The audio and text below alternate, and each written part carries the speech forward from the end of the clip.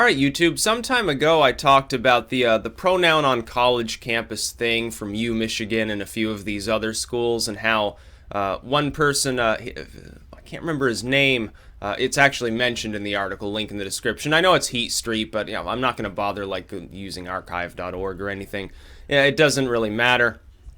But one person is like, oh, His Majesty would be his pronoun, and it was very funny, and some people were trolled. And if you look, it looks like they're epically butthurt, because it looks like, yeah, a lot of people sort of chose the normal acceptable pronouns of, zir folk or they or something like that. But at the same time, a lot of people really fucked with the system and chose things that are like totally off the wall. It's like bread or Trump or Velociraptor and stuff. I'm actually going to open up the article here in the in the side and read some of these out. Some of them are totally off the wall. It's really funny because there's nothing they can do about it. Like a professor at this school has to use the pronouns that they've chosen. It will appear on all of their paperwork every time they read out like names or something. They have to say this. I'm just going to go through and read some of these.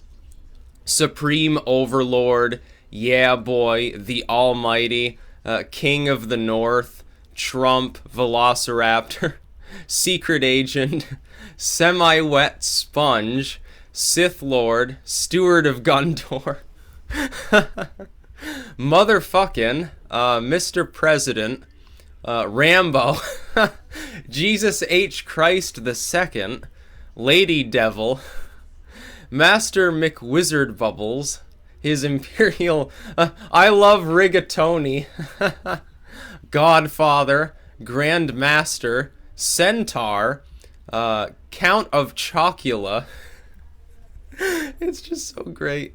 F-16 fighter jet, Apache helicopter, Apache, Apachus, Apachim Archmage, Attack helicopter, Bay, which is just a string of the letter A. It's like they could easily pronounce that one wrong. That's a good one because the professor might say, well, it's and they're like, no, you shitlord, it's A, or something like that. First degree black belt, A Man Has No Name, A10 Thunderbolt 2-kin, Guitar Hero 2 for the Xbox 360, and of course, several people chose this, Harambe.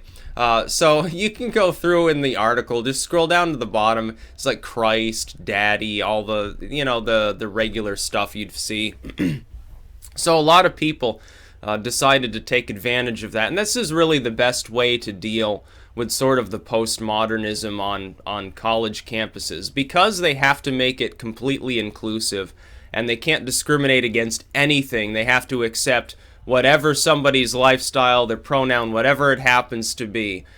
This is the easiest way to troll them. If they have like sort of a write-in option to begin with, and if they don't, you can always browbeat them into adding one. You can say, well, my pronoun doesn't appear here, so you're going to have to add it manually, and sort of run roughshod over their process.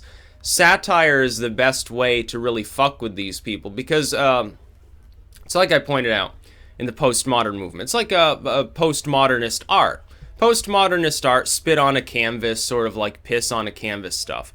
It's Dadaism without being honest enough to say, yeah, it has no meaning. People sort of make up the meaning as they go along. Realism is spurned openly. It's not even really taught.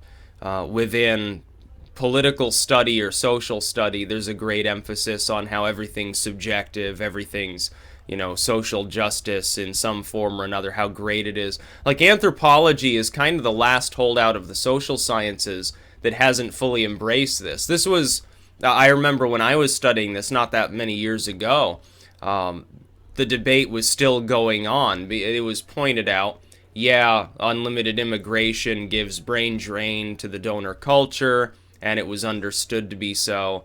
It actually hurts them, and it sort of didn't fall in line. Sociology and like psychology and stuff, they've fallen completely lockstep with postmodernism.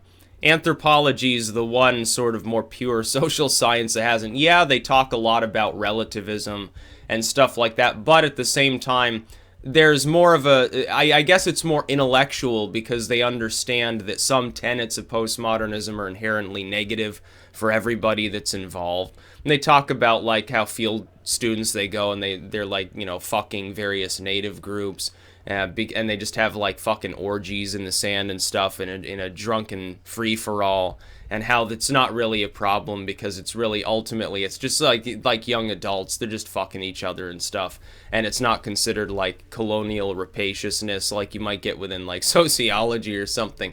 As far as like on the actual campuses themselves, you get a bunch of Westerners. I would find it funny. It'd be like, you know, some Muslim exchange student comes. They're from a very strict, almost theocratic culture. They probably can't even understand. They're like, what are these fucking Americans talking about? Or these fucking Europeans? It just makes no sense to them. It doesn't make any sense to me either. Honestly, on that one, the more traditionalist elements of some theocratic culture, arguably in the academic sense, other than maybe being held back in like math and science, they understand social systems more than the average like first world Westerner going through the average school in the West, like one of these public schools that they have set up where they're like, oh, you need 12 credits of women's studies and a 6-credit double diversity course, and you're going to have to take like Holocaust guilt studies, and here's your mandatory course on Marxism that nobody fucking cares about. I took like anthropology of Eastern Europe, and it was a good course. The professor was competent and so forth, but there was a big fixation with sort of Marxist philosophy within the course, which was kind of, you know, it's like I'm sitting there reading it. Some people, their eyes glaze over. They're just sort of like passively remembering whatever they're reading. I'm there like, what the fuck does this have to do with East Europe, other than the fact that Marxism made them suffer for 100 years? Other than that, it doesn't really fucking matter, really. It's a dead sort of philosophical system. There are some Starbucks Marxists. Other than that, you go to North Korea if you want to see like the modern offshoot of Marxism and what it really means. And I don't think that they're doing an exchange program with North Korea. I would support it. I think that would be great. We should send people to North Korea to go study so that they can learn firsthand just how fucking shitty that system is. And maybe but the problem is the North Korean exchange students would like disappear off into the hinterlands. They'd never go back, so, you know, it'd be a little bit of a problem. It'd be shut down after the first year. They'd be like, oh, where are our students? We don't know. No, maybe they probably went to Haiti because life would be better there for them or something like that. But, I mean, just look through this list of pronouns. It's very funny. It's comical more than it is serious as far as this video goes. But, at the same time, this is the proper way to deal with the social justice warriors. It's the proper way to deal with them. Satire. They're not to be taken seriously. You shouldn't have to take them seriously. They've been taken seriously now for several decades, and all they've done is shit all over themselves. You give them enough rope and they'll hang their own movement, essentially. That's how they constantly try to out-progressive each other. And so they end up strangulating themselves more and more, alienating themselves from sane individuals more and more, to the point at which there are people that are, you know, themselves like far-left hippies. They can't understand what they're talking about either. It's gotten to that point, like the old guard, the literal acid-dropping hippie movement would be considered like right-wing and out of touch and antiquated and racist and stuff like that by some of these, like, trust fund kids in college nowadays. There are people who think that you actually need like a pronoun registry, and as you see, a lot of people just find that an amusing chance to really get back at what is an establishment. The academic establishment's still part of the establishment. I don't understand why people can't comprehend that fact.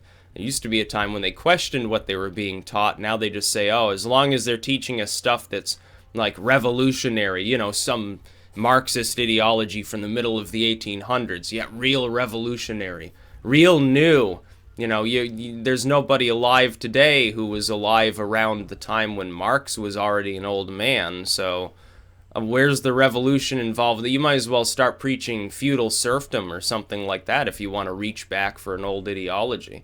The only ideology from the pre-modern period that's worth study is the revolutionary ideology of what you could consider classical liberalism. That or maybe more enlightened monarchism or something like that, where you've actually got somebody who's somewhat accountable and isn't just a limitless dictator, which is what you get under modern Marxism, as we see with the DPRK or something. So yeah, read the article and go through all these pronouns and have a good laugh on me, because it's sort of like the anti-social justice warrior celebration day today. So it's a good time to do that. That's about all. Peace out.